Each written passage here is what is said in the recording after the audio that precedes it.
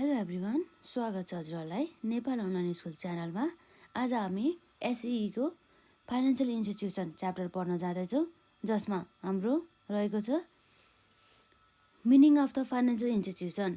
हाम्रो यो financial institution भनेपछि हामीले के बुझ्नुपर्छ भन्दा चाहिँ यो हामीले जस्तै अब हामीले जेनरली हामीले हेर्दाखेरि चाहिँ एउटा ब्याङ्कहरू हुन्छ नि, एउटा जस्तै फाइनेन्स कम्पनी हुन्छ हो, तिनीहरूलाई नै हामीले बुझिन्छ कि जसले चाहिँ फाइनेन्ससँग रिलेटेड अथवा फन्डसँग रिलेटेड एक्टिभिटिजहरू चाहिँ गर्ने गर्दछ। जस्तै यहाँ हेरौँ, यो हाम्रो फाइनेन्सियल इन्स्टिट्युसन भन्ने चाहिँ कस्तो इन्स्टिट्युसन भन्दा चाहिँ एउटा any organisation or the institution which is engaged in any type of the financial activities is known as a financial institution। यस्तो सङ्गठन अथवा एउटा यस्तो संस्था जुन चाहिँ फाइनेन्सियल एक्टिभिटिज भने चाहिँ अब हुन्छ नि, हाम्रो फाइनेन्सियल एक्टिभिटिज भने चाहिँ जसमा चाहिँ हाम्रो पैसासँग रिलेटेड हुन्छ, मनीसँग रिलेटेड एक्टिभिटिजहरूमा चाहिँ ऊ चाहिँ इङ्गेज भएको हुन्छ अथवा इन्भल्भ भएको हुन्छ, जसलाई नै हामी के भन्छौँ, फाइनेन्सियल इन्स्टिट्युसन भनेर भन्छौँ। हामीले विशेष गरी चाहिँ फाइनेन्सियल इन्स्टिट्युसनमा चाहिँ यो टाइप अफ द फाइनेन्सियल इन्स्टिट्युसनहरू र टाइप अफ द ब्याङ्कहरू चाहिँ एक्जाममा हामीलाई सोधिरहेको हुन्छ के। र हामीलाई चाहिँ फाइनेन्सियल इन्स्टिट्युसन भनेर चाहिँ हामीलाई चाहिँ दैनिक लाइफ जिउनको लागि पनि हामीलाई थाहा हुनुपर्ने हुन्छ। डेली लाइफमा पनि हाम्रो यो ब्याङ्कहरू जस्तै लिएर यो फाइनेन्स कम्पनीहरू, अब इन्सुरेन्स कम्पनीहरू भइहाल्यो होइन, कोअपरेटिभ फाइनेन्सहरू, सबै कुराहरू चाहिँ हामीले चाहिँ देखिरहेका हुन्छौँ नि त होइन। त्यसलाई हामीले फाइनेन्सियल इन्स्टिट्युसनका एक्जाम्पलहरू लिन सक्छौँ। र हाम्रो जस्तै नेपालको कन्टेक्स्टमा भन्नुपर्दा चाहिँ एउटा बोर्ड हुन्छ कि, एउटा मेन ब्याङ्क हुन्छ। जस्तै एउटा मेन बोर्डमा हाम्रो नेपालको कन्टेक्स्टमा के रहेको छ भन्दा चाहिँ नेपाल राष्ट्र ब्याङ्क रहेको छ, जसले चाहिँ अन्य ब्याङ्कहरूलाई चाहिँ लाइसेन्स दिनुका साथसाथै तिनीहरूलाई चाहिँ गाइड गर्ने गर्दछ नेपाल राष्ट्र ब्याङ्कले। र नेपाल राष्ट्र ब्याङ्क चाहिँ भनेको चाहिँ के हो भन्दा जसले चाहिँ गभर्मेन्ट अफ नेपाललाई एज अ फाइनेन्सियल इन्टरमेडिएरिज जस्तो गरेर चाहिँ उसले चाहिँ सबै कुराहरू चाहिँ के गर्छ भन्दा चाहिँ उसलाई चाहिँ पोलिसिजहरू बनाउनुको साथसाथै गभर्मेन्ट अफ नेपाललाई चाहिँ यदि फन्ड्सहरू चाहिएको छ भनेदेखि फन्ड्सहरू अभाइलेबल गराउने काम चाहिँ हाम्रो ब्याङ्कले, राष्ट्र ब्याङ्कले गर्ने गर्दछ, जसको चाहिँ नाम रहेको छ नेपाल राष्ट्र ब्याङ्क। ब्याङ्कहरूको पनि ब्याङ्क भनेर चाहिँ हामीले चाहिँ कसलाई चिनिन्छ भनेर सोद्धाखेरि चाहिँ हामीले के भन्छौँ, नेपाल राष्ट्र ब्याङ्क भनेर चिन्छौँ। र यसरी हाम्रो यो जुन फाइनेन्सियल इन्स्टिट्युसन रहेको छ जसले चाहिँ कलेक्सन अफ द फन्ड गर्ने गर्दछ विभिन्न सोर्सेसहरूबाट, र साथसाथै त्यो कलेक्ट गरिएको फन्डहरू हुन्छ नि हो, त्यो फन्डहरूलाई चाहिँ विभिन्न अर्गनाइजेसन अथवा पर्सनहरूलाई, कुनै पनि व्यक्ति अथवा संस्थाहरूलाई चाहिँ के गर्ने गर्दछ त, त्यो जुन कलेक्ट गरेको फन्ड छ नि हो, त्यो फन्डहरू चाहिँ उनीहरूले चाहिँ दिने गर्दछ, एज अ लोनको रूपमा दिने गर्छ नि त, डिस्बर्सिङ गर्दछ। भनेपछि अब हामीले के बुझ्नुपर्छ भन्दाखेरि चाहिँ यसमा चाहिँ फाइनेन्सियल इन्स्टिट्युसनको एक्टिभिटिज हुन्छ नि, त्यसमा चाहिँ के पर्छ भन्दा कलेक्सन अफ द फन्डका साथसाथै यसले disbursing such funds to the person or the organisation भनेर चाहिँ हामीले बुझ्नुपर्ने हुन्छ। र हाम्रो यस्तो हुन्छ कि जेनरल पब्लिकहरूबाट चाहिँ हाम्रो फाइनेन्सियल इन्स्टिट्युसनहरूले चाहिँ थोरै गरेर चाहिँ एउटा हुन्छ पब्लिक फन्डहरू, पब्लिक डिपोजिटहरू चाहिँ त्यसलाई चाहिँ कलेक्ट गरे हुन्छ। यसरी कलेक्ट गरिसकेपछि चाहिँ होइन त्यो एमाउन्ट अब के हुन जान्छ, थोरै कलेक्ट गरेर धेरै हुन जान्छ नि त हो। त्यो धेरै कलेक्ट भएको एमाउन्टलाई चाहिँ उनीहरूले चाहिँ एज अ लोनको रूपमा चाहिँ बाँड्ने काम गर्दछ है। अब लोनमा के हुन्छ, हामीले इन्ट्रेस्ट तिर्नुपर्छ भन्ने कुरा चाहिँ हामीलाई थाहा नै छ होइन। अब त्यसै गरी ब्याङ्किङ अर्गनाइजेसनले चाहिँ होइन के गर्छ त अब भन्दाखेरि, ब्याङ्किङ अर्गनाइजेसन भनेको नै फाइनेन्सियल इन्स्टिट्युसन हो जसले चाहिँ डिपोजिटहरू चाहिँ कलेक्ट गर्ने गर्दछ फ्रम द जेनरल पब्लिक। अनि त्यो जुन कलेक्ट गरिएको फन्डलाई के गर्छ त उनीहरूले, त्यो कलेक्ट गरेको फन्डहरूलाई चाहिँ उनीहरूले डिस्बर्सिङ अथवा अब उनीहरूले बाँड्ने काम गर्दछ एज अ लोनको रूपमा भन्ने कुरा चाहिँ हामीलाई थाहा नै छ। जस्तै अब हामी यसो हेर्नु पर्दा चाहिँ हामीले धेरै प्रकारको ब्याङ्कहरू देख्न सक्छौँ कि। अब ब्याङ्कमा पनि अब हाम्रो एउटा सेन्ट्रल ब्याङ्क हुन्छ, सेन्ट्रल ब्याङ्कको रूपमा अब हाम्रो नेपाल राष्ट्र ब्याङ्क रहेको छ नेपालको हिसाबमा हेर्दाखेरि, र अर्को हुन्छ कमर्सियल ब्याङ्क र डेभलपमेन्ट ब्याङ्क। भनेपछि अब हाम्रो तिनवटा टाइपको ब्याङ्कहरू हुन्छ, एउटा भनेको सेन्ट्रल ब्याङ्क, अर्को भनेको commercial and the development bank. र अब हामीले यो जुन कुरा हाम्रो टाइप अफ द ब्याङ्कको चाहिँ सबै हामी पछि पढ्छौँ होइन। अहिले चाहिँ अब हामी फाइनेन्सियल इन्स्टिट्युसनसँग रिलेटेड केही अन्य कन्सेप्टहरू पढ्न जाँदैछौँ। जस्तै हामीले फाइनेन्सियल इन्स्टिट्युसन भनेर बुझिहाल्यो, यस्तो इन्स्टिट्युसन अथवा यस्तो संस्था जसले चाहिँ फाइनेन्सियल एक्टिभिटिज जसमा चाहिँ मनी म्याटर हुन्छ कि, मनी म्याटरसँग रिलेटेड एक्टिभिटिजहरू चाहिँ हाम्रो इन्स्टिट्युसनले चाहिँ गर्ने गर्दछ भन्ने कुरा चाहिँ यहाँ रहेको छ। र यसै गरी अब हाम्रो यो फाइनेन्सियल इन्स्टिट्युसनको पनि प्रकार रहेको छ है। Type of the financial institution अन्तर्गत यसमा रहेको छ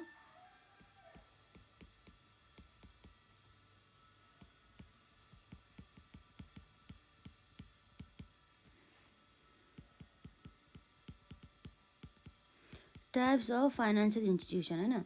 फाइनेन्सियल इन्स्टिट्युसनको प्रकार अन्तर्गत हाम्रो जस्तै 5वटा रहेको छ। एउटा भनेको हाम्रो ब्याङ्क भयो, एउटा ब्याङ्क, र अर्को भनेको employees provident fund,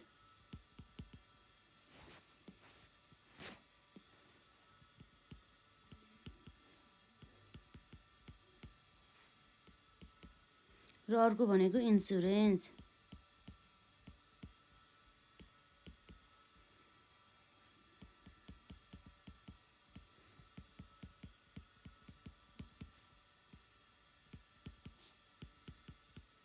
citizen investment trust भइहाल्यो। र अर्को भनेको कोअपरेटिभ फाइनेन्स। यसरी चाहिँ हाम्रो फाइनेन्सियल इन्स्टिट्युसनको प्रकार अन्तर्गत 5वटा रहेको छ। एउटा भनेको ब्याङ्क, र अर्को भनेको इम्प्लोइज प्रोभिडेन्ट फन्ड र इन्सुरेन्स र सिटिजन इन्भेस्टमेन्ट ट्रस्ट, र अर्को भनेको लास्टमा रहेको छ हाम्रो कोअपरेटिभ फाइनेन्स रहेको छ। यसरी चाहिँ हामीले 5वटा प्रकारहरू चाहिँ हामीले फाइनेन्सियल इन्स्टिट्युसनको चाहिँ देख्न सक्दछौँ होइन। र यसरी हामीले सुरुमा हामीले कुरा पर्दा ब्याङ्कको बारेमा हामी कुरा गरौँ है। र हामीले ब्याङ्क भनेपछि के हो भन्ने कुरा हामी हेरौँ है त। ब्याङ्क अन्तर्गत के रहेछ त हाम्रो ब्याङ्क भनेको। जस्तै अब यो ब्याङ्क भन्ने हुन्छ नि, यो ब्याङ्कले चाहिँ के गर्छ भन्दाखेरि चाहिँ मेन हुन्छ नि, सबै गर्ने भनेको नै कलेक्सन अफ द फन्ड हो। र फन्डलाई कलेक्सन गर्नुको साथसाथै यसले के गर्छ त, त्यसलाई चाहिँ डिस्पर्स गर्ने काम गर्छ। र साथसाथै अन्य फाइनेन्ससँग रिलेटेड एक्टिभिटिजहरू पनि हाम्रो ब्याङ्कले गर्ने गर्दछ। जस्तै हाम्रो यहाँ के रहेको छ भन्दा a bank is a one who is in the ordinary course of the his business receives the money which he pays by honouring cheque of the person from whom or whose activities receive भन्ने कुरा रहेको छ।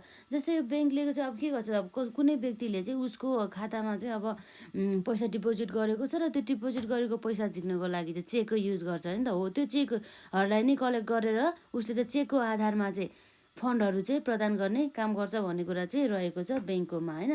र ब्याङ्कले गर्ने भनेको त्यो generally गर्ने भनेको त्यही नै हो, कलेक्सन अफ द फन्ड। त्यो कलेक्ट गरिएको फन्डलाई चाहिँ अब जेनरल पब्लिकबाट अब थोरै थोरै एमाउन्ट गरी कलेक्ट गरेको हुन्छ नि, त्यो फन्डहरू चाहिँ उनीहरूले चाहिँ के गर्ने गर्छ, त्यो डिस्पर्स गर्ने गरिदिन्छ एज अ लोनको रूपमा उनीहरूले बाँड्ने गरिन्छ। त्यो लोनमा चाहिँ अब के आउने भयो त, इन्ट्रेस्ट आउने भयो।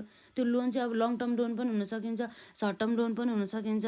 अब हाम्रो सर्ट टर्म लोन जस्तै ब्याङ्क ओभरड्राफ्टहरू पनि हुन सकिन्छ, ओडी लोनहरू भइहाल्यो होइन। र यसै गरी अब हामीले चाहिँ ब्याङ्कलाई पनि विभिन्न प्रकारमा विभाजन गर्न सकिन्छ। हो, यो चाहिँ हाम्रो चाहिँ एकदमै एक्जामको लागि एकदम इम्पोर्टेन्ट क्वेसन हो यो, काइन्ड अफ द ब्याङ्क अन्तर्गत होइन। काइन्ड अफ ब्याङ्क जुन चाहिँ हामीलाई चाहिँ एक्जाममा एकदमै सोधिरहेको हुन्छ, यसमा हामी लेख्छौँ इम्पोर्टेन्ट भनेर। काइन्ड अफ द ब्याङ्क भन्छ ब्याङ्कको प्रकार।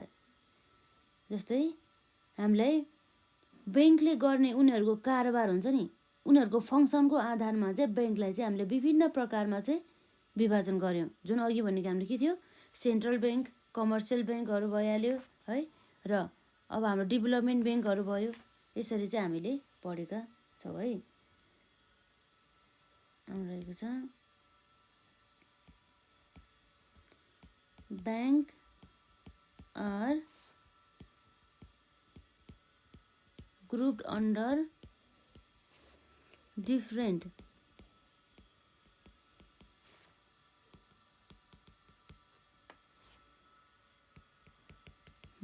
categories as per the functions they perform.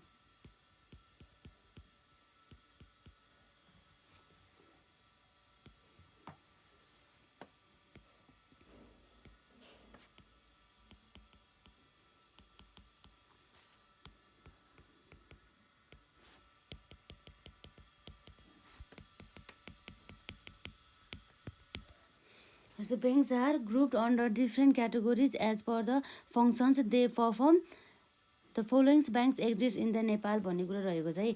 Number 1मा के हो त हाम्रो सेन्ट्रल ब्याङ्क है। सेन्ट्रल ब्याङ्क भनेको अर्थ के भने केन्द्रीय ब्याङ्क भन्छ यसलाई है। केन्द्रीय ब्याङ्क भने चाहिँ नेपालको हिसाबमा चाहिँ यो सेन्ट्रल ब्याङ्कको रूपमा चाहिँ कसलाई लिन्छ भन्दा चाहिँ नेपाल राष्ट्र ब्याङ्कलाई लिइन्छ। नेपाल राष्ट्र ब्याङ्क भनेको हाम्रो के हो त सेन्ट्रल ब्याङ्क अफ नेपाल होइन हो। यसरी चाहिँ हाम्रो सेन्ट्रल ब्याङ्कको रूपमा रहेको हुन्छ। त्यो जुन सेन्ट्रल ब्याङ्कले चाहिँ अब के गर्छ भन्दाखेरि चाहिँ एज अ हेडको रूपमा चाहिँ काम गर्छ के, जसले चाहिँ सम्पूर्ण ब्याङ्कहरूलाई चाहिँ गाइड गर्छ र उसले चाहिँ टाइम टु टाइम भने अर्थ के हो भन्दा समयमा विभिन्न समयमा हुन्छ नि केही समयको ग्याप राख्दै र केही समयमा उनीहरूले चाहिँ डिरेक्टिभ्सहरू साथसाथै पोलिसिजहरू प्लान्सहरू चाहिँ पठाउने काम चाहिँ हाम्रो सेन्ट्रल ब्याङ्कले गर्दछ र गभर्मेन्ट अफ नेपाललाई यसले फन्डिङ गर्ने काम पनि हाम्रो नेपाल राष्ट्र ब्याङ्कले नै गर्दछ। फन्डिङ भनेको अर्थ के हो भन्दा चाहिँ गभर्मेन्ट अफ नेपाललाई पैसा चाहिएको बेलामा अर्थात् के भन्छ उनीहरूलाई क्यास चाहिएको बेला चाहिँ त्यो सबै अभाइलेबल गर्ने काम अथवा लोन चाहिएको बेलामा चाहिँ सबै अभाइलेबल गर्ने काम हाम्रो नेपाल राष्ट्र ब्याङ्कले नै गर्ने गर्दछ। र यसरी विभिन्न देशहरूबाट जस्तै नेपालको देशहरूको ब्याङ्कबाट मात्र नभएर अन्य जस्तै फरेन कन्ट्रीहरूबाट यदि लोन लिँदैछ भनेदेखि यसको पुरै एडभाइस लिने काम हाम्रो गभर्मेन्ट अफ नेपालले सेन्ट्रल ब्याङ्कको गर्दछ भनेपछि सेन्ट्रल ब्याङ्क अर्थात् नेपाल राष्ट्र ब्याङ्कले गभर्मेन्ट अफ नेपाललाई एडभाइस दिने काम गर्दछ। लोन लिने कि नलिने, लिए पनि कति टाइम अवधिको लिने र कति रेट अफ इन्ट्रेस्टमा लिने भन्ने कुरा चाहिँ सबै कुरा चाहिँ हाम्रो यो एडभाइस दिने काम चाहिँ हाम्रो सेन्ट्रल ब्याङ्कले गर्छ। त्यसै कारणले गर्दा हाम्रो सेन्ट्रल ब्याङ्कलाई adviser of the government of Nepal भनेर पनि हामीले चिनिन्छौँ है। र यसरी हाम्रो सेन्ट्रल ब्याङ्क हुन्छ त्यो जुन सेन्ट्रल ब्याङ्कले पनि गर्ने भनेको त्यही हो, मनी कलेक्ट गर्ने। तर यसले चाहिँ विशेष गरी चाहिँ जेनरल पब्लिकको भन्दा पनि यसको उद्देश्य चाहिँ के रहेको हुन्छ भन्दा चाहिँ यो सबै सम्पूर्ण ब्याङ्कहरूलाई कसरी मिलाएर राख्ने, कसरी अब लिक्विडिटी मेन्टेन गर्ने त भन्ने कुरा पनि हाम्रो नेपाल राष्ट्र ब्याङ्कको चाहिँ कन्सर्न रहेको हुन्छ। जस्तै अब यहाँ रहेको छ the bank which is involve in the monetary management by maintaining economic policy safety of money and helping the government further repair the development of country mobilising unused capital for establishment of big projects and the programs in the country is known as a central bank भनिरहेको छ होइन। Central bank controls monetary systems and the regulates the activities of all the banks and the financial institution. It needs to develop the banking system, issue of the notes, exchange foreign currencies and the perform the functions as a development bank भन्ने कुरा। जस्तै यसले चाहिँ अब main हाम्रो monopoly रहेको हुन्छ कि अथोरिटीमा यो हाम्रो नेपाल राष्ट्र ब्याङ्कसँग मात्रै एउटा यस्तो अथोरिटी हुन्छ जसले चाहिँ सेक्युरिटिजहरूदेखि लिएर अब इस्यु अफ द नोट्स हुन्छ नि, ब्याङ्क नोट्स हुन्छ नि, जस्तै अब हाम्रो कोइन्सहरू हुन्छ जुन हाम्रो पैसाहरू हुन्छ त्यो सबै हाम्रो चाहिँ छाप्ने काम चाहिँ हाम्रो कसले गर्छ, नेपाल राष्ट्र ब्याङ्कले गर्छ। नेपाल राष्ट्र ब्याङ्कले बाहेक अरू कुनै पनि यस्तो संस्थाले चाहिँ अथोरिटी पाएको हुँदैन भने चाहिँ मोनोपोली अथोरिटी रहेको छ हाम्रो नेपाल राष्ट्र ब्याङ्कसँग, जसले चाहिँ अनि ब्याङ्क नोट्सहरूदेखि लिएर फरेन्सिक करेन्सीहरू चाहिँ इस्यु गर्न पाउँछ भन्ने कुरा चाहिँ रहेको छ यसमा। र उसले चाहिँ अब नेपाल राष्ट्र ब्याङ्क हुन्छ नि त्यसले चाहिँ अन्य ब्याङ्कहरूलाई कन्ट्रोल गर्ने र उनीहरूलाई यदि कुनै पनि ब्याङ्कहरू अथवा कुनै पनि व्यक्तिले चाहिँ एउटा ब्याङ्कको रूपमा चाहिँ एउटा संस्था इस्टाब्लिस गर्न चाहन्छ भनेदेखि उसले चाहिँ नेपाल इस्टाब्लिस गर्नुभन्दा अगाडि चाहिँ नेपाल राष्ट्र ब्याङ्कबाट चाहिँ स्वीकृति लिनुपर्ने हुन्छ अर्थात् अप्रुभल लिनुपर्ने हुन्छ भन्ने कुरा चाहिँ गर्ने गर्दछ। र सेन्ट्रल ब्याङ्क भन्ने चाहिँ अब हाम्रो नेपालको हिसाबमा त नेपाल राष्ट्र ब्याङ्क नै भयो भन्ने कुरा चाहिँ हामीलाई पनि थाहा हुनुपर्छ। यसरी चाहिँ हाम्रो नेपाल राष्ट्र ब्याङ्कको अब्जेक्टिभ भन्ने कुरा यहाँ रहेको छ है। जस्तै हाम्रो objective of the central bank अन्तर्गत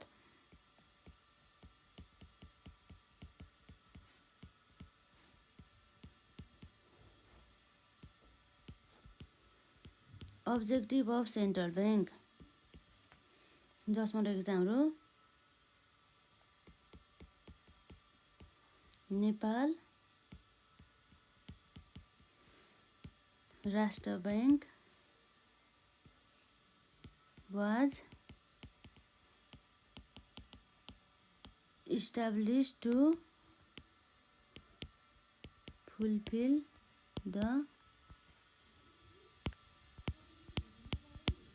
demand of currency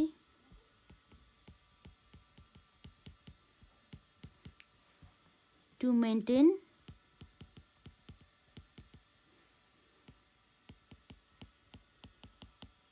financial interest to circulate Nepalese currency throughout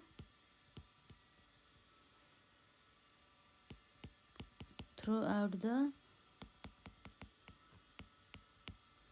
Kingdom of Nepal भनेको रहेको छ है।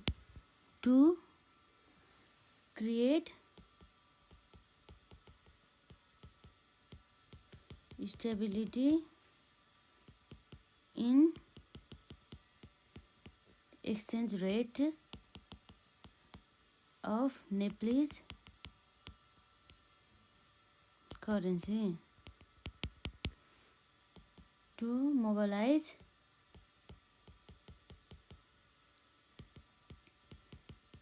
capital for the promotion industries and the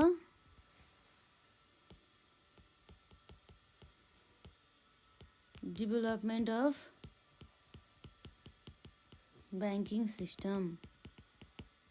यसमा के रहेको छ, objective of the central bank अन्तर्गत Nepal Rastra Bank was establish to fulfil the demand of the currency भने चाहिँ के भयो त, यो नेपाल राष्ट्र बैंक जुन हाम्रो सेन्ट्रल बैंक हुन्छ नि त्यो इस्टाब्लिस किन भएछ भन्दा चाहिँ करेन्सीको डिमान्ड फुलफिल गर्नको लागि। यसरी हामीलाई चाहिँ जति एमाउन्ट पैसा चाहिरहेको हुन्छ नि हो त्यसको डिमान्डको त्यो माग बमोजिम करेन्सीहरू चाहिँ उपलब्ध गराउनको लागि चाहिँ हाम्रो नेपाल राष्ट्र बैंक चाहिँ इस्टाब्लिस रहेको छ। र साथसाथै टु मेन्टेन फाइनेन्सियल इन्ट्रेस्ट भने चाहिँ फाइनेन्सियल इन्ट्रेस्टहरू मेन्टेन गर्नको लागि, जस्तै कति मान्छेहरूलाई अब फाइनेन्सहरू चाहिरहेको हुन्छ नि, फन्डहरू चाहिरहेको हुन्छ नि, त्यसलाई चाहिँ कसरी हिसाबले र कुन हिसाबले चाहिँ बाँड्ने र कति रेट अफ द इन्ट्रेस्ट लाउने भन्ने कुरा पनि सबै हाम्रो सेन्ट्रल ब्याङ्कले नै गर्ने गर्दछ। र to circulate Nepalese currency throughout the kingdom of the Nepal to create stability in the exchange rate of the Nepalese currency and to mobilize capital for the promotion industries and the development of the banking system भनेको रहेको छ।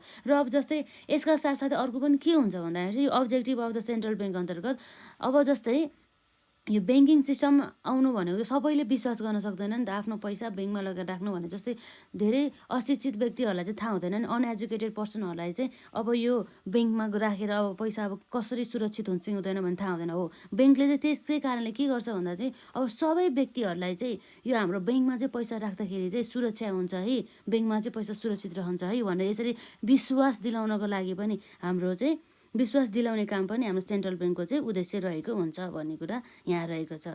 र त्यसै गरी हामीले यो objective of the central bank पनि पढिसक्यौँ र हाम्रो सेन्ट्रल ब्याङ्कको चाहिँ मेन फङ्सन के हो त पनि हामी यहाँ हेर्न जाँदैछौँ। Functions of the central bank.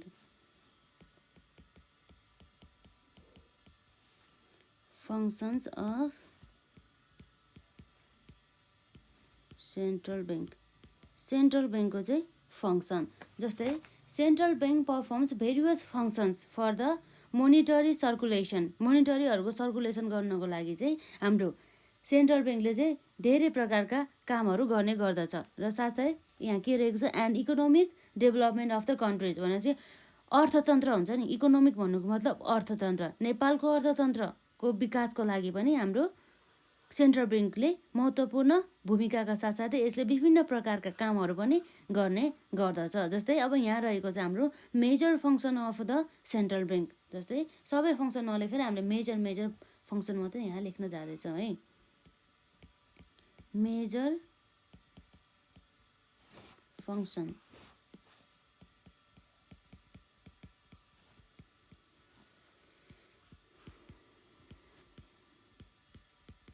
Major function of the central bank अन्तर्गत हाम्रो नम्बर 1 मा रहेको छ issue of the notes. Issue the notes भनौँ न, इस्युज द नोट्स। यो नोट्सहरू हुन्छ नि, हो त्यसलाई, जस्तै हाम्रो नोटहरू हुन्छ नि, 10 रुपियाँको नोट होइन, 5 को, 100 को, 50 को, यसरी 1000 को, 500 को, यो सबै यो नोट्सहरू हुन्छ नि, यो सबै नोट्सहरू इस्यु गर्ने काम हाम्रो सेन्ट्रल ब्याङ्कले नै गर्ने गर्दछ। सेन्ट्रल ब्याङ्क भने चाहिँ कुन भयो त? नेपाल राष्ट्र ब्याङ्क नै भयो होइन। Central bank has got the monopoly power. उसँग चाहिँ के हुन्छ त? एउटा आफूले मात्रै गर्न पाउने कि अरू कसैले गर्न पाउँदैन, मोनोपोली, एकतन्त्र भन्छ नि, monopoly power to issue the notes. It issue metal coins and the paper notes. It needs to take permission from the government of Nepal for the issue of the notes and the currencies because government should be responsible for the non-payment of the value of the currency through Nepal Rastra bank भन्ने कुरा चाहिँ यहाँ रहेको छ। यसरी चाहिँ कसको authority लिनुपर्ने छ त? गभर्मेन्ट अफ नेपालको चाहिँ यसले अप्रुभल लिनुपर्ने छ अथवा पर्मिसन लिनुपर्ने रहेछ यसरी ब्याङ्क नोट्स अथवा कोइन्सहरू चाहिँ इस्यु गर्नुभन्दा अघि। र यसरी इस्यु गर्ने नोट्स हुन्छ नि, नोट्सहरू इस्यु गर्ने अथोरिटी चाहिँ ओन्ली हाम्रो सेन्ट्रल ब्याङ्कले मात्रै पाएको हुन्छ, जसमा चाहिँ एकतन्त्र अर्थात् मोनोपोली चाहिँ रहेको हुन्छ। मोनोपोली पावर भनौँ न यसलाई होइन, monopoly power to issue the notes भनेर चाहिँ हामीले बुझ्नुपर्ने अब हुन्छ। जस्तै हाम्रो कोइनमा पनि अब कस्तो हुन्छ, 1 को, 2 को, 5 को गरेर हाम्रो कोइनहरू हुन्छ र साथसाथै अब हाम्रो नोट्सहरूमा पनि 1 को, 2 को, 5 को, 10, 20, 25, अहिले 25 को त छैन होइन, 100, 50 त्यस्तो गरेर चाहिँ हाम्रो नोट्सहरू चाहिँ इस्यु गर्ने काम चाहिँ हाम्रो मोनोपोली पावर चाहिँ हाम्रो जस्ट सेन्ट्रल ब्याङ्कलाई मात्रै रहेको छ भन्ने कुरा चाहिँ यसमा रहेको छ है, यसको functions of the central bank अन्तर्गत। र साथै अर्को भनेको हाम्रो फङ्सन्स अफ द सेन्ट्रल ब्याङ्कमा performs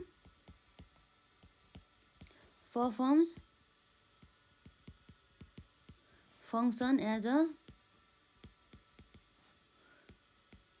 गभर्मेन्ट ब्याङ्क भनेपछि गभर्मेन्टको, नेपाल गभर्मेन्टको ब्याङ्कहरूको ब्याङ्कको रूपमा चाहिँ हाम्रो सेन्ट्रल ब्याङ्कले चाहिँ काम गर्ने गर्दछ। जस्तै ब्याङ्कसँग रिलेटेड हुन्छ, ब्याङ्कसँग रिलेटेड सबै एक्टिभिटिजहरू चाहिँ प्रायः जसो ब्याङ्कसँग रिलेटेड एक्टिभिटिजहरू चाहिँ नेपाल राष्ट्र ब्याङ्कको थ्रुबाट नै गर्ने गर्दछ। जस्तै ब्याङ्किङ फेसिलिटिजहरू हुन्छ नि, जस्तै अब मनीहरू अनि कलेक्ट गर्नुको साथसाथै मनीहरू पनि दिने हुन्छ नि, फन्डहरू कलेक्ट गर्ने अनि त्यसरी त्यो फन्डहरूलाई चाहिँ फेरि अब युज गर्ने एज अ लोनको रूपमा, सबै त्यो कामहरू चाहिँ गभर्मेन्टको हकमा चाहिँ हाम्रो सेन्ट्रल ब्याङ्कले नै गर्ने गर्दछ। जस्तै it provides the banking facilities to the government offices that is the department and the ministries. It also spends the money from the consolidated fund account. जस्तै अब हाम्रो के हुन्छ त?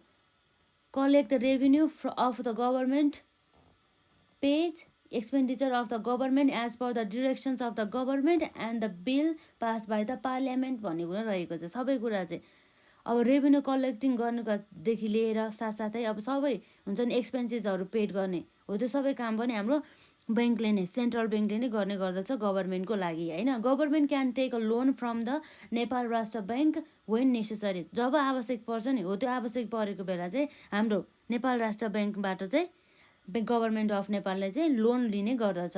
र Nepal Rastra bank acts has already stated that the Nepal Rashtra Bank should perform work as a government bank, advisor of the government of the Nepal and the agent of the kingdom of the Nepal भनेपछि हाम्रो Nepal Rastra bank act अनुसार अब के हुन्छ, यो Nepal Rastra bank एक्टको नियम अनुसार चाहिँ हाम्रो नेपाल राष्ट्र ब्याङ्कले गभर्मेन्टको चाहिँ एज अ गभर्मेन्ट ब्याङ्क र adviser of the government bank र government of Nepal and the agent of the kingdom of the Nepal भएर चाहिँ काम गर्नुपर्छ भन्ने कुरा चाहिँ हाम्रो एक्टले नै तोकिएको छ। त्यो एक्ट भनेको के हो त? नेपाल राष्ट्र ब्याङ्क एक्ट भन्ने कुरा चाहिँ यहाँ रहेको छ।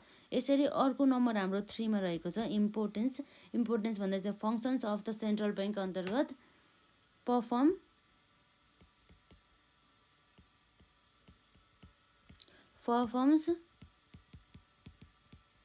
functions as banker of banks. के भन्दा चाहिँ अब भनिहालेँ नि अघि नै, अब यो एउटा सेन्ट्रल ब्याङ्क भएपछि यसले चाहिँ सबै ब्याङ्कहरूलाई चाहिँ गाइड गर्नुपर्छ, तिनीहरूलाई डिरेक्सन दिनुको साथसाथै उनीहरूलाई अब विभिन्न प्रकारका अब सुविधाहरू पनि दिनुपर्ने हुन्छ हाम्रो ब्याङ्क सेन्ट्रल ब्याङ्कले, होइन। भनेदेखि अब यहाँ के भनेको छ भने perform the function as the banker of the bank छ भन्दै कुनै पनि यस्तो संस्था, यस्तो कुनै पनि इन्स्टिट्युसन जुन चाहिँ एज अ ब्याङ्कको रूपमा चाहिँ काम गरिरहेको छ त्यसलाई चाहिँ यदि कुनै पनि बेलामा चाहिँ फन्डहरू आवश्यक पर्न सकिन्छ नि त, कहिले के हुन्छ, होइन। हो त्यस्तो अवस्थामा चाहिँ उसलाई सबै ब्याङ्कले चाहिँ भनौँ सेन्ट्रल ब्याङ्कले चाहिँ एज अ फाइनेन्सियल एडभाइजर जस्तै लिएर उसलाई चाहिँ फाइनेन्सहरू चाहिँ प्रोभाइड गर्नुका साथसाथै अन्य फङ्सन्सहरूमा अन्य ब्याङ्कसँग रिलेटेड अरू कारोबारहरू चाहिँ सम्पन्न गर्नको लागि चाहिँ हाम्रो ब्याङ्कले चाहिँ हेल्प गर्ने गर्दछ। ब्याङ्क भन्ने मतलब सेन्ट्रल ब्याङ्कले चाहिँ हेल्प गर्ने गर्दछ। It has got right to receive, right to give a permission establish bank in the country भने चाहिँ अब यस्तो हो कि कुनै पनि नयाँ ब्याङ्क, कुनै पनि व्यक्तिले चाहिँ अब म चाहिँ नयाँ ब्याङ्क चाहिँ खुल्छु अथवा कुनै पनि इन्स्टिट्युसनले चाहिँ म अब ब्याङ्क खोल्छु भने चाहिँ यदि चाहिँ उसले चाहिँ सबै कुराहरू फुलफिल गर्यो भनेदेखि, जस्तै ब्याङ्क इस्टाब्लिस गर्नको लागि सबै रिक्वायरमेन्टहरू चाहिँ हाम्रो लले भनेअनुसार फुलफिल गर्यो भनेदेखि त्यस्तो अवस्थामा हाम्रो यो सेन्ट्रल ब्याङ्कले ब्याङ्कहरूलाई चाहिँ पर्मिसन दिने गर्दछ कि अब ल इस्टाब्लिस गर भनेर उनीहरूलाई साथसाथै रजिस्टर पनि गरिन्छ है, र उनीहरूलाई एउटा सर्टिफिकेट पनि दिन्छ इस्टाब्लिस भइसकेपछि। र central bank has also got right to control the providing the banking facilities to the public, other bank need to take a suggested and the institution of the central bank भन्ने कुरा रहेको छ यसमा है। The other bank should deposit certain percentage deposit into Nepal Rastra bank, such functions ensure the payment of the public deposit रहेको छ, होइन। अब के भन्दा सर्टेन हुन्छ नि, सर्टेन पर्सेन्टेज डिपोजिटको चाहिँ सर्टेन पर्सेन्टेज चाहिँ सेन्ट्रल ब्याङ्कमा चाहिँ डिपोजिट गर्नुपर्ने हुन्छ भन्ने कुरा चाहिँ रहेको छ। यो हाम्रो जस्तै ब्याङ्कहरूले अथवा फाइनेन्सियल इन्स्टिट्युसनहरूले सेन्ट्रल ब्याङ्कमा, होइन। र अर्को रहेको छ फोमा कन्ट्रोल्स फरेन एक्सचेन्ज। फरेन एक्सचेन्जहरूलाई कन्ट्रोल्स गर्ने काम सबै हाम्रो कसले गर्ने गर्दछ त? नेपाल राष्ट्र ब्याङ्क अर्थात् सेन्ट्रल ब्याङ्कले नै गर्ने गर्दछ। Controls foreign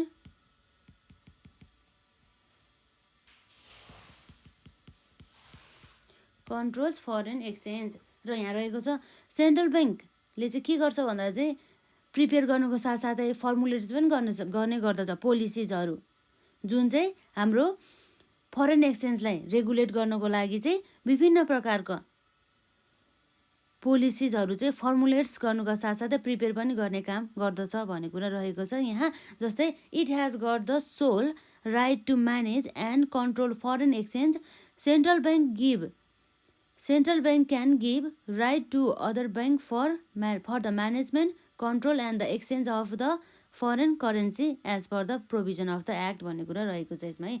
control foreign exchange भने चाहिँ फरेन एक्सचेन्जसँग सम्बन्धित सबै कारोबारहरू हाम्रो जस्तै नियमहरू हुन्छ, नियम बनाउने काम पनि हाम्रो नेपाल राष्ट्र ब्याङ्कले नै गर्ने गर्दछ। र साथसाथै यो फरेन एक्सचेन्जलाई कन्ट्रोल गर्ने र यसलाई रेगुलेट गर्ने काम पनि हाम्रो सेन्ट्रल ब्याङ्क अर्थात् नेपाल राष्ट्र ब्याङ्कले नै गर्ने गर्दछ। र यसै गरी अर्को मेजर फङ्सन अन्तर्गत रहेको छ नम्बर 5 मा डेभलप्स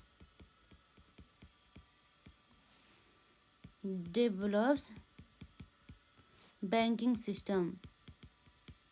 ब्याङ्किङ सिस्टमहरूलाई चाहिँ डेभलप्स गर्ने, जस्तै central bank gives permission to the individual or the institution to establish the bank against the deposit provided by them as per the rule भन्ने कुरा रहेको छ है। जस्तै अब कुनै पनि व्यक्ति अथवा संस्थाले चाहिँ अब म चाहिँ ब्याङ्क चाहिँ इस्टाब्लिस गर्छु भनेर आयो भनेदेखि त्यस्तो अवस्थामा चाहिँ पर्मिसन दिने, ल इस्टाब्लिस गर, यदि सबै कुराहरू फुलफिल गरेको छ भनेदेखि चाहिँ यसरी पर्मिसन दिने काम चाहिँ हाम्रो नेपाल राष्ट्र ब्याङ्कले नै गर्दछ। र central bank provides the direction, उनीहरूलाई डिरेक्सन पनि प्रोभाइड गर्ने काम गर्छ। र साथसाथै and the help them providing financial and the administrative help for their development भने चाहिँ ब्याङ्किङहरूको भर्खर इस्टाब्लिस भएका ब्याङ्कहरूको वृद्धि विकासको लागि, उनीहरूको चाहिँ विकासका लागि चाहिँ विभिन्न प्रकारको अब एडमिनिस्ट्रेटिभ हुन्छ नि, प्रशासनिक क्षेत्रहरूमादेखि लिएर विभिन्न प्रकारका सुविधाहरू पनि हाम्रो सेन्ट्रल ब्याङ्कले नयाँ ब्याङ्कहरूलाई चाहिँ दिने गर्दछ भन्ने कुरा यहाँ रहेको छ। र central bank perform the functions of the supervision of the other banks, जसले चाहिँ के गर्दो रहेछ त हाम्रो सेन्ट्रल ब्याङ्कले सुपरभिजन अफ द ब्याङ्क गर्ने गर्दछ, अदर ब्याङ्कहरूको चाहिँ सुपरभिजन गर्ने रहेछ। र यसै गरी के छ यहाँ, gives direction and helps to the bank for their development, it helps to develop the banking habit of the people to made the international financial system and the circulation of the capital रहेको छ है। यसरी हाम्रो develops banking system सँगसँगै अर्को हाम्रो major functions of the राष्ट्र bank, Nepal Rastra bank रहेको छ नम्बर 6 मा।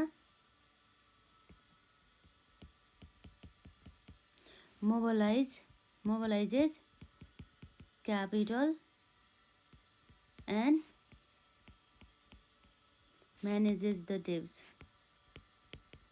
जस्तै it has got right as per the agreement with the government for collecting the डेब्ट to mobilise unused capital of the public, it mobilise capital providing loans to the government or the other banks for the launching big projects and the programmes. यसको अर्थ के हो भन्दाखेरि चाहिँ अब यो हाम्रो सेन्ट्रल ब्याङ्कले चाहिँ के गर्छ भन्दा चाहिँ यो सबै पब्लिकबाट कलेक्ट भएको फन्डहरू चाहिँ कुनै यस्तो अनयुज भएर रहेको हुन्छ नि, हो त्यो अनयुज रहेको एमाउन्टलाई चाहिँ युटिलाइज गर्ने काम चाहिँ हाम्रो नेपाल राष्ट्र ब्याङ्कले गर्दछ। र यसरी एमाउन्ट त्यो जुन युज गर्छ नि त्यो युज कहाँ गर्ने हो भन्दा चाहिँ त्यो एमाउन्टहरूलाई चाहिँ एज अ लोनको रूपमा चाहिँ गभर्मेन्ट अफ नेपाल अथवा जेनरल पब्लिकहरूलाई अथवा कुनै पनि एउटा प्रोजेक्टहरू छन् हुन्छ नि बिग प्रोजेक्टहरू हो त्यसमा चाहिँ इन्भेस्ट गर्ने गर्दछ अथवा यसमा चाहिँ तिनीहरूलाई चाहिँ लोनको रूपमा चाहिँ प्रोभाइड गर्ने गर्दछ भन्ने कुरा रहेको छ। यो पोइन्टले त्यति भन्ने हो है। र यसमा रहेको छ अर्को 7 नम्बर पोइन्टमा क्रिएट्स एन्ड कन्ट्रोल्स क्रेडिट भनेपछि हो यो क्रेडिट हुन्छ नि, हो यो क्रेडिटलाई चाहिँ क्रिएट गर्नुको साथसाथै कन्ट्रोल्स पनि गर्ने गर्दछ। जस्तै prepare the rules and the regulation on the permission of the government for the creation and the control of the credit भनेपछि क्रिएसन र कन्ट्रोल अफ द क्रेडिट गर्नको लागि चाहिँ हाम्रो सेन्ट्रल ब्याङ्क अर्थात् नेपाल राष्ट्र ब्याङ्कले गभर्मेन्ट अफ नेपालबाट चाहिँ के गर्नुपर्ने हुन्छ, पर्मिसन चाहिँ अथवा उनीहरूबाट चाहिँ स्वीकृति पाउनुपर्ने हुन्छ, गभर्मेन्ट अफ नेपालबाट चाहिँ स्वीकृति पाउनुपर्ने हुन्छ भन्ने कुरा चाहिँ यहाँ रहेको छ। र साथै यसमा के लेखेको छ भन्दाखेरि चाहिँ it creates the credit for the expansion and the mobilisation of the capital and the control credit at the time of the inflation to stabilise the price भन्ने कुरा रहेको छ। Create and the controls the credit अर्थात् उधारोहरूलाई चाहिँ control गर्नुको साथसाथै creates गर्ने काम चाहिँ हाम्रो नेपाल राष्ट्र ब्याङ्कले चाहिँ गर्ने गर्दछ। र अर्को रहेको छ हाम्रो नम्बर 8 मा जुन चाहिँ रहेको छ अदर फङ्सन्स।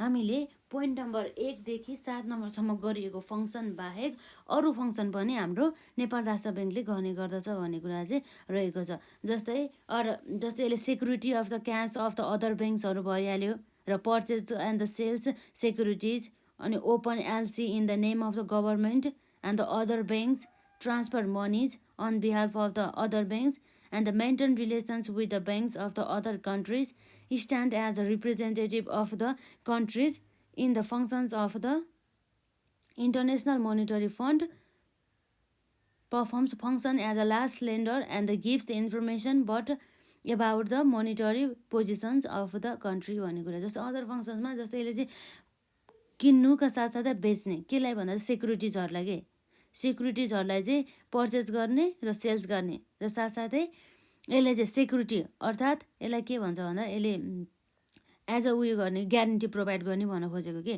हो, security of the cash of the other ब्याङ्क्सको रूपमा पनि यसले काम गर्ने गर्दछ भन्ने कुरा चाहिँ रहेको छ।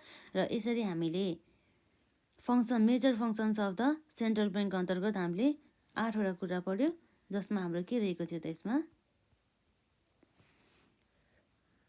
इस्यु द नोट्सहरू इस्यु गर्ने साथसाथै कोइन्सहरू पनि र performs the functions as a government bank है। र अर्को भनेको performs functions as a banker of the banks and the अर्को भनेको यसमा कन्ट्रोल्स द फरेन एक्सचेन्ज र डेभलप्स ब्याङ्किङ सिस्टम र mobilises the capital and the manages the डेब्ट एन्ड द 7 नम्बरमा creates and the controls the credit र number 8 मा रहेको छ अदर फङ्सन्स, अरू फङ्सन्सहरू पनि होइन। यसरी हामीले major functions of the central bank पनि हेऱ्यौँ। र अब हामीले यसभन्दा अघि हेरेका थियौँ objective of the central bank अन्तर्गत Nepal Rastra Bank was establish to fulfil the demand of the currency to maintain financial interest, to circulate Nepalese currency throughout the kingdom of the Nepal, to create stability in exchange rate of the Nepalese currency, to mobilize capital for the promotions in industries and the development of the banking system भन्ने कुरो रहेको छ क्या। जस्तै नेपालमा रहेको कुनै पनि एउटा इन्डस्ट्रीहरू हुन्छ नि, उद्योगहरू र साथसाथै अन्य ब्याङ्कहरूको चाहिँ वृद्धि विकासको लागि, उनीहरूको चाहिँ विकासको लागि चाहिँ हेर्ने काम सबै हाम्रो हेल्प गर्ने काम कसले गर्छ त भन्दा सेन्ट्रल ब्याङ्क अर्थात् नेपाल राष्ट्र ब्याङ्कले नै गर्ने गर्दछ। र अर्को भनेको यसमा रहेको छ काइन्ड अफ द ब्याङ्क भन्ने कुरा हामीले पढिहाल्यो यसमा होइन। त्यसमा रहेको थियो नि एउटा सेन्ट्रल ब्याङ्क, जस्तै हामीले सेन्ट्रल ब्याङ्क भर्खर हेऱ्यौँ र सेन्ट्रल ब्याङ्कपछि अब हाम्रो के थियो डेभलपमेन्ट ब्याङ्क भयो र त्यसपछि साथसाथै अर्को भनेको कमर्सियल ब्याङ्क हो। यसरी हामीले type of the financial institution अन्तर्गत पनि हामीले हेरिसकेको छ है। टाइप्स अफ द फाइनेन्सियल इन्स्टिट्युसनमा हाम्रो रहेको थियो एउटा ब्याङ्क, अर्को भनेको इम्प्लोइज प्रोभिडेन्ट फन्ड र अर्को भनेको इन्सुरेन्स र अर्को भनेको यसमा सिटिजन इन्भेस्टमेन्ट ट्रस्ट रहेको थियो र कोअपरेटिभ फाइनेन्स पनि हाम्रो फाइनेन्सियल इन्स्टिट्युसन अन्तर्गत नै पर्नेछ। यो सबै चाहिँ हाम्रो मनीसँग रिलेटेड हुन्छ कि फन्डसँग रिलेटेड एक्टिभिटिजहरूले गर्ने सबै संस्था अथवा सङ्गठनलाई हामीले फाइनेन्सियल इन्स्टिट्युसन भन्छौँ कि। र जस्तै अब हामीले फाइनेन्सियल इन्स्टिट्युसन भनेपछि के भयो भन्दा चाहिँ any organisation or the institution which is engage in any type of the financial activities is known as a financial functions भनेर चाहिँ फाइनेन्सियल इन्स्टिट्युसन भन्छ भनेर चाहिँ हामीले हेरिसक्यौँ है। यसरी हामीले सेन्ट्रल ब्याङ्क पनि पढिसक्यौँ होइन। अब हाम्रो आउँछ कमर्सियल ब्याङ्क। हाम्रो टाइप अफ द ब्याङ्कमा एउटा भयो सेन्ट्रल ब्याङ्क, अर्को भनेको हाम्रो के थियो बी नम्बरमा भनौँ यसलाई कमर्सियल ब्याङ्क थियो है। कमर्सियल ब्याङ्क जस्तै हाम्रो यो कमर्सियल ब्याङ्क भने चाहिँ हाम्रो जुन चाहिँ सेन्ट्रल ब्याङ्क होइन त्यसले चाहिँ अब कमर्सियल भन्ने जसले पनि मेन गरी उसको चाहिँ एक्टिभिटिज हुन्छ नि, मेन फङ्सन्स भनेको के हो भन्दा चाहिँ डिपोजिटहरूलाई एक्सेप्ट गर्ने र लोनहरू ग्रान्ट गर्ने टु द इन्डस्ट्रिज अथवा इन्डिभिजुअलहरूलाई अथवा कुनै पनि ट्रेडर्सहरूलाई। जस्तै किन चाहिँ उसले चाहिँ यसरी लोन प्रोभाइड गर्छ भन्दा चाहिँ प्रफिटहरू अर्निङ गर्नको लागि। जस्तै प्रफिट कसरी अर्निङ हुन्छ भन्दा जस्तै इन्ट्रेस्टहरूबाट उसको लागि चाहिँ आम्दानीहरू हुन्छ नि त हो भन्ने कुरा चाहिँ यहाँ आएको छ। जस्तै अब हाम्रो कमर्सियल ब्याङ्कमा छोटो लेखौँ यसमा banks which are established to accept deposit and grant loan to the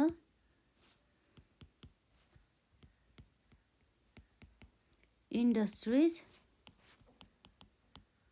individual and traders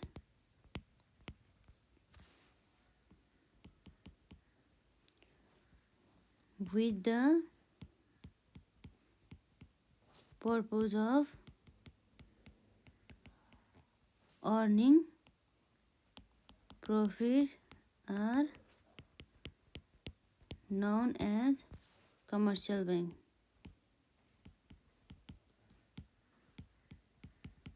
भनेको रहेको छ। यसरी चाहिँ हामीले कमर्सियल ब्याङ्कलाई चाहिँ डिफाइन गर्न सक्छौँ।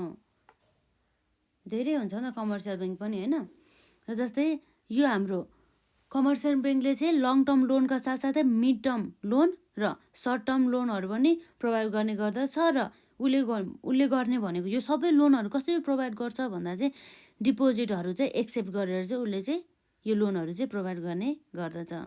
र यसरी हामीले कमर्सियल ब्याङ्क अहिले हुन्छ नि नाउ डेज एकदमै पपुलर रहेको छ कि एकदमै।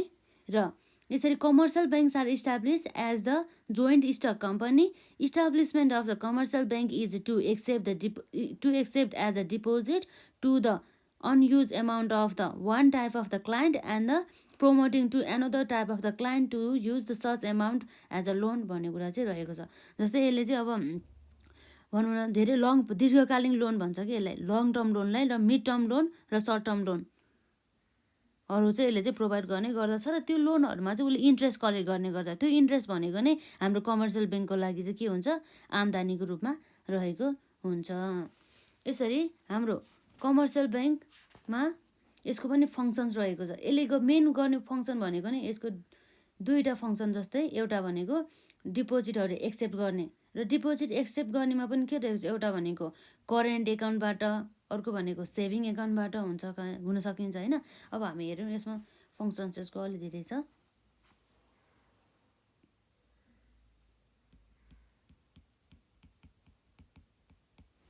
Functions of commercial bank. Commercial ब्याङ्कको फङ्सन अन्तर्गत हाम्रो यसमा रहेको छ, फर्स्टमा यसको काम भनेको डिपोजिटहरूलाई एक्सेप्ट गर्ने, एक्सेप्ट डिपोजिटहरूलाई के गर्ने गर्दछ, एक्सेप्ट गर्ने गर्दछ। र यो जुन डिपोजिटहरू एक्सेप्ट गर्ने भनेको तीनवटा एकाउन्टबाट यसले एक्सेप्ट गरिन्छ। एउटा भनेको करेन्ट एकाउन्ट, चल्ती खाता भन्छ यसलाई है, करेन्ट एकाउन्ट, र अर्को भनेको सेभिङ एकाउन्ट हुने गर्दछ। र यसै गरी अर्को भनेको यसमा के हुन्छ, फिक्स डिपोजिटहरू हुने गर्दछ। जस्तै हाम्रो करेन्ट एकाउन्ट भनेको चाहिँ एउटा यस्तो एकाउन्ट हो जसमा चाहिँ अब कुनै पनि अब इन्ट्रेस्ट नै हुँदैन, इन्ट्रेस्ट नै दिँदैन। त्यो करेन्ट एकाउन्टमा हालिएको पैसाहरूमा चाहिँ ब्याङ्कले चाहिँ इन्ट्रेस्ट दिँदैन कुनै पनि व्यक्ति अथवा संस्थालाई। तर यदि सेभिङ एकाउन्ट र फिक्स्ड डिपोजिट एकाउन्टमा दिएको छ भने, यो फिक्स्ड डिपोजिट एकाउन्ट भने चाहिँ एउटा मुद्दती खाता जस्तै हो कि होइन, जसमा चाहिँ एमाउन्टहरू फिक्स्ड रूपमा रहेको हुन्छ, फिक्स्ड रूपमा चाहिँ डिपोजिट गर्नुपर्ने हुन्छ र यसमा चाहिँ इन्ट्रेस्ट पनि हाई हुने गर्दछ। तर सेभिङ एकाउन्टमा चाहिँ इन्ट्रेस्ट अलि लो हुने गर्दछ, तर यसमा इन्ट्रेस्ट पाउने गर्दछ, थोरै मात्रामा पाउँछ इन्ट्रेस्ट यसमा होइन। तर उसले चाहिँ कुनै पनि व्यक्ति अथवा संस्थाले चाहिँ आफूलाई चाहेको बखत एमाउन्ट डिपोजिट गरे हुन्छ नि, उसले त्यो झिक्न पाउँछ। तर फिक्स्ड डिपोजिटको हकमा चाहिँ, यो फिक्स्ड डिपोजिट एकाउन्टको हकमा के हुन्छ भन्दा, यसमा चाहिँ आफूलाई पैसा चाहेको बेला जति मलाई त्यतिखेर चाहिँ झिक्न पाउँदैन, कुनै समय अवधि पछि मात्रै चाहिँ फिक्स्ड डिपोजिटबाट चाहिँ झिक्न पाइन्छ भन्ने कुरा चाहिँ रहेको छ। यति नै हो होइन, खासै केही कन्सेप्ट त छैन होइन। र अर्को बिमा भनेको हाम्रो प्रोभाइड्स लोन प्रोभाइड गर्ने हो नि त, प्रोभाइड्स लोनहरू प्रदान गर्ने। जस्तै यसरी यो सुरुमा एक्सेप्ट यो डिपोजिटहरू पुरै कलेक्ट गरे हुन्छ नि, हो यो डिपोजिट कलेक्ट गरेपछि अब यो डिपोजिट कलेक्ट गरेर मात्रै राखेर भएन, उसले त यसलाई यसबाट पनि अब अनि फेरि यसलाई लोनको रूपमा यसले प्रोभाइड गर्नु पऱ्यो, अनि मात्रै त उसलाई इन्ट्रेस्ट आउँछ नि त होइन। हो त्यसै गरी चाहिँ यसरी कलेक्ट गरेको एमाउन्ट नम्बर 1 पोइन्टमा कलेक्ट गरेको एमाउन्टहरू चाहिँ नम्बर 2 पोइन्टमा आएर चाहिँ लोन चाहिँ प्रदान गर्ने गर्दछ। र यसमा पनि इन्ट्रेस्टहरू के गर्ने गर्दछ, कलेक्ट गर्ने गर्दछ, इन्ट्रेस्ट कलेक्ट गर्ने गर्दछ यसमा पनि है। यसरी र यसरी हामीले दुईवटा फङ्सन पढ्यौँ। र अर्को रहेको चाहिँ हाम्रो यही फङ्सन अन्तर्गत transfer of the money.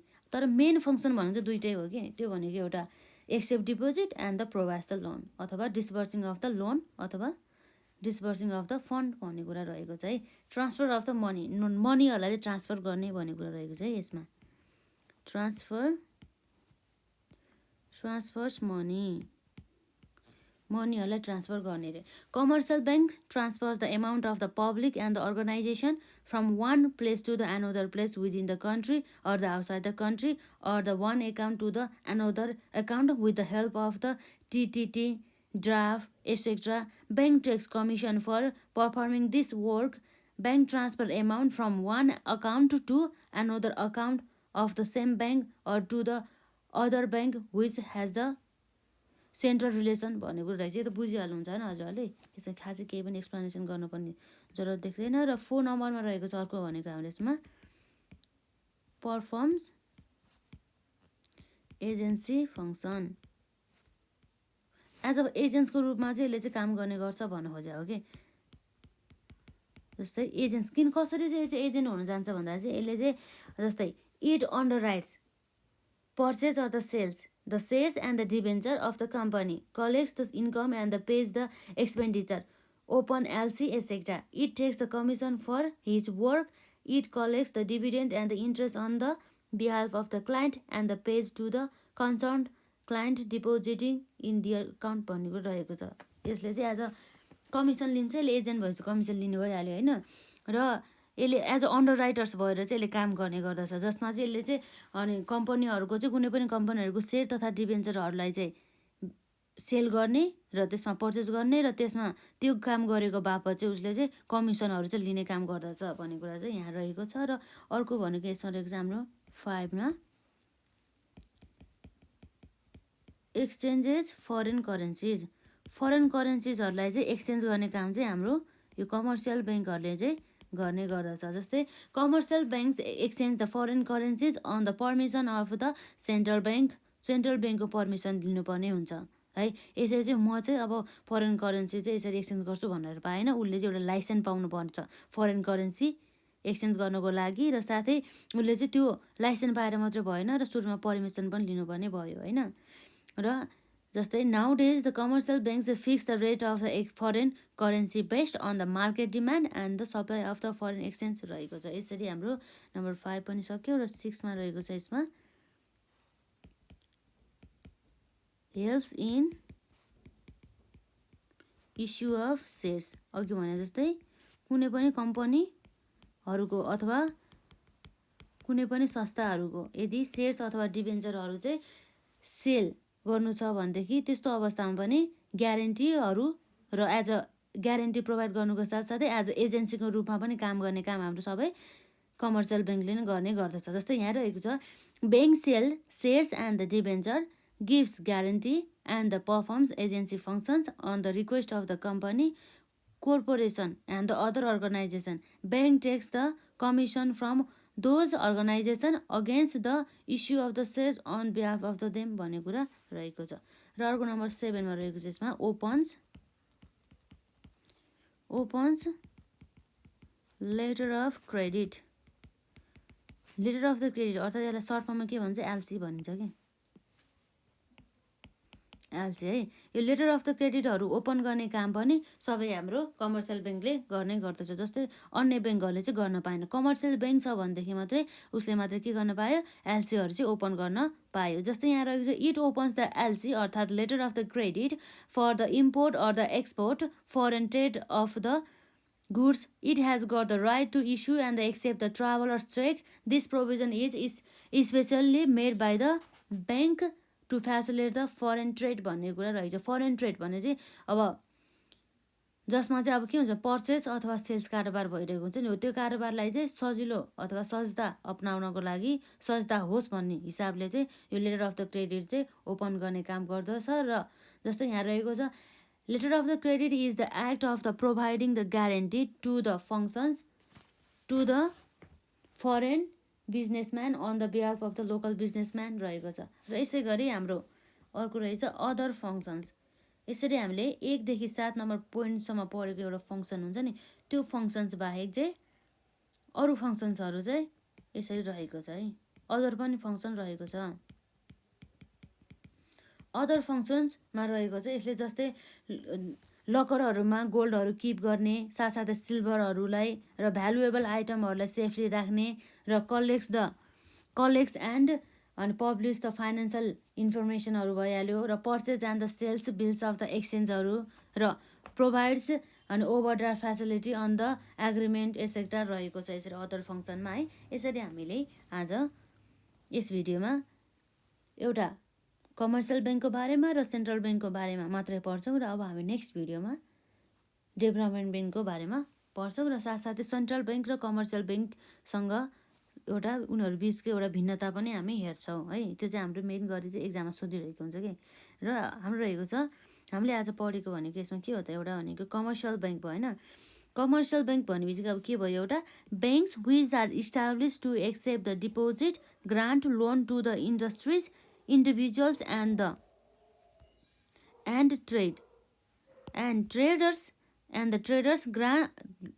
traders with the purpose of the earning profit are known as commercial bank रहेको छ है। र functions of the commercial bank अन्तर्गत एक्सेप्ट डिपोजिटहरू एक्सेप्ट गर्नुपर्ने भयो। तर कस्तो हाम्रो एकाउन्टबाट भनेदेखि करेन्ट एकाउन्टको थ्रोबाट एक्सेप्ट गर्नु पऱ्यो, सेभिङ एकाउन्टको थ्रोबाट एक्सेप्ट गर्नु पऱ्यो, र डिपोजिट फिक्स्ड डिपोजिट एकाउन्टको थ्रोबाट एक्सेप्ट गर्नु पऱ्यो। अर्को भनेको प्रोभाइड्स द लोन जसमा चाहिँ इन्ट्रेस्ट कलेक्ट गर्ने गर्दछ, र अर्को यसमा भनेको ट्रान्सफर्स मनी र फोमा रहेको छ पर्फर्म्स एजेन्सी फङ्सन र नम्बर 5 मा रहेको छ एक्सचेन्ज फरेन करेन्सी र नम्बर 6 मा रहेको छ helps in issue of the shares and the debenture र नम्बर 7 मा रहेको छ opens the letter of the credit अर्थात् एलसी, जसलाई हामी सर्ट फर्ममै एलसी भन्छौँ नि त, र अदर फङ्सन रहेको छ। अदर फङ्सनमा चाहिँ ग्यारेन्टीहरू प्रोभाइड गर्ने, ब्याङ्क ओभरड्राफ्टहरू प्रोभाइड गर्ने, अब जस्तै भ्यालुएबल आइटमहरूलाई सेभिङ गर्नुको साथसाथै अब गोल्डहरू हुन्छ नि त्यो सिल्भरहरूलाई चाहिँ एउटा लकरमा चाहिँ म्यानेज गरेर राख्ने भन्ने कुरा चाहिँ हाम्रो रहेको छ other functions of the commercial bank अन्तर्गत। यसरी हामीले